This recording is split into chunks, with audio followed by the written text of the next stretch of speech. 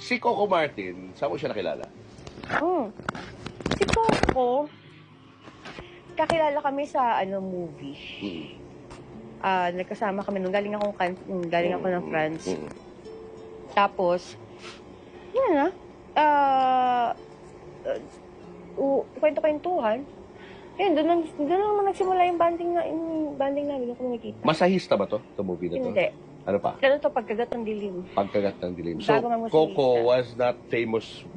was not a famous actor back then, no? Parang indie actor siya, no? Opo, dati. Nung panahon niya. Indie actor siya, pero hindi pa siya ganun Hindi pa siya talaga sikat na. Kasing sikat ngayon, no? Opo. Pero ikaw, mas sikat ka. Kasi award-winning actress ka na eh. Nung time na yon. Mas sikat ka kaysa sa kanya. Nung time na yon. Oo. Yun. Paano na-develop yung relationship yung dalawa? Dahil sa mabait kasi si Coco. Mabait si Coco. Oo. Siyempre ako naman, pogi. Di ba? Cutie-cutie. Mahilig ako sa pogi dati. Di ba? Mga kabataan ko, hindi mo maintindihan yung utak eh. Basta gusto ko siyang kasama, gano'n. Tapos yung nararamdaman mo na parang meron ng mutual understanding, yung mararamdaman ko na siya, parang may mapahiwatig. Siyempre ako naman, gano'n din. Bata ka eh. Yun, tapos, ayun hanggang, lumalabas-labas na kami. Pumupunta siya sa bahay. Doon siya nag-i-sleep over. Ilang apartment ko rin yung hinipatan na pinuntahan niya, doon siya tutulog. Nakilala siya ng mama ko, pero hindi pa siya sikat na ito. Hindi pa talaga Tapos, yun na. Hanggang ngayon na. Tapos, pagkatapos nung madalas kami magkita, madalas kaming lumabas. Tapos biglang nag-stop. Tapos parang lumamya, siyempre. Yun, hanggang paminsan-minsan na lang, lumadalas sa bahay hanggang, ayun na, stop na. Minamit akong guy, di ba? Naglabas kami.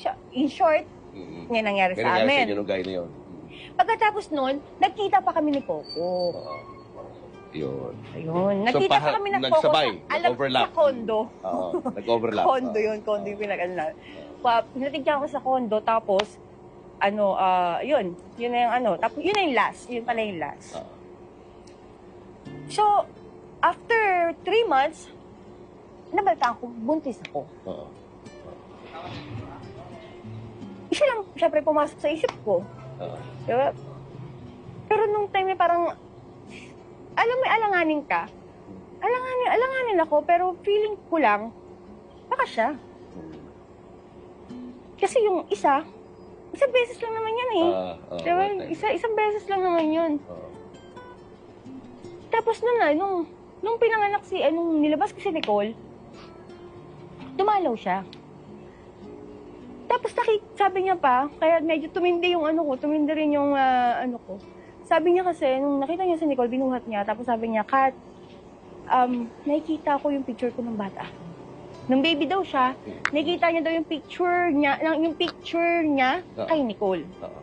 In other words, nakikita niya yung mukha niya sa bata. Oo, nakikita yung mukha niya. So, ako naman, syempre, assumera ng taon, nag-assume ako. But you never told him na ikaw ang tatay, gano'n? O sinabi mo? Hindi. Nung buntis ako, sabi ko sa kanya, baka ikaw. Baka ikaw. Baka ikaw ang baka ikaw. Ano reaction niya nung sinabi mo yun? Natakot mo siya o ano? Hindi, kalma lang siya, cool lang siya. Sabi niya, sigurado ka na. Hindi ko na naalala yung pinag-usapan namin. Sa phone ko lang kasi yung sinabi nun eh. Pero nagkita kami. Nagkaka-text lang kami nun, nagkakatawagan lang kami. Nung bago ako manganak, bumili siya ng crib. Sabi niya nun, tapos binigyan niya ako ng, parang, hindi ko alam 20,000 ata yun nung para sa panganganak. Tama ba? Binigyan niya ba ako? Baka lang hindi ko na maalala. Pero binilan niya ng gamit si Nicole. Binilan niya ng crib, binilan niya ng yun. Dun siya Tapos, syempre, ako naman, syempre, di ba, bilang ina, yun natutuwa ako. So, parang nabuo talaga sa isip ko na, baka nga, mali mo naman siya. Tapos, nung pinanganak ko si Nicole, doon talaga ako nag-assume, doon talaga ako sabi niya, picture daw niya, yung mukha daw niya nakita niya kay Nicole. Pero habang nangyayari yan, hindi kayo magkasama. Kumbaga hindi kayo na.